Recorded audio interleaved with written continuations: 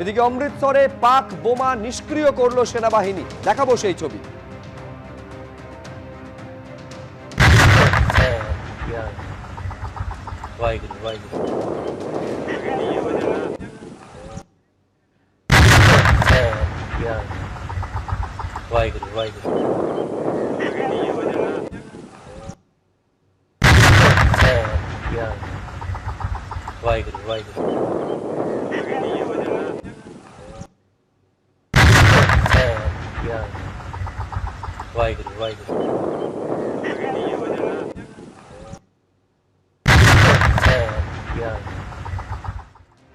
চব্বিশটি জায়গায় 500টি পাক ড্রোনের গতিবিধি নজরে আসে এবং তারপর অধিকাংশ এটা ধ্বংস করে দিল ভারত।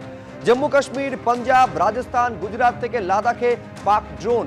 ভারতীয় সেনাকে বিভ্রান্ত করতে পাকিস্তানের এই ড্রোন কৌশল কিন্তু সেটাকেও ব্যর্থ করে দিয়েছে ভারত।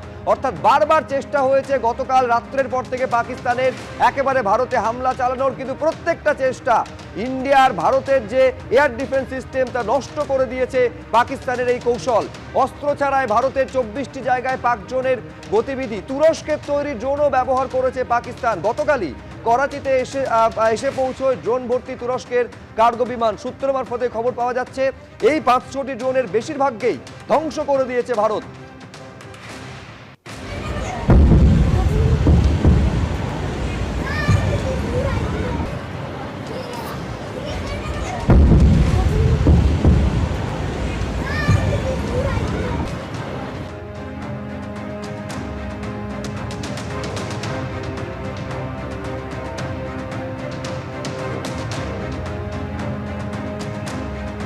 ভারতের প্রত্যাঘাতে বিধ্বস্ত সন্ত্রাসে মদতদাতা পাকিস্তান।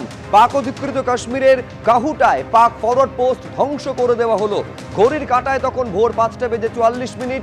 পাক অধিকৃত কাশ্মীরে পাক সেনা ছাউনি ধ্বংস করে দেওয়া হলো। ভারতে ঢুকে হামলার চেষ্টা চালিয়ে নাস্তানাবুদ হলো পাকিস্তান।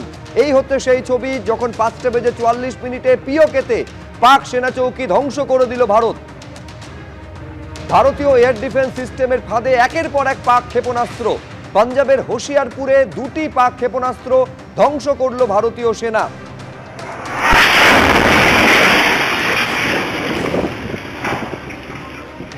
এটা পুঞ্চের ছবি আপনারা দেখতে পাচ্ছেন।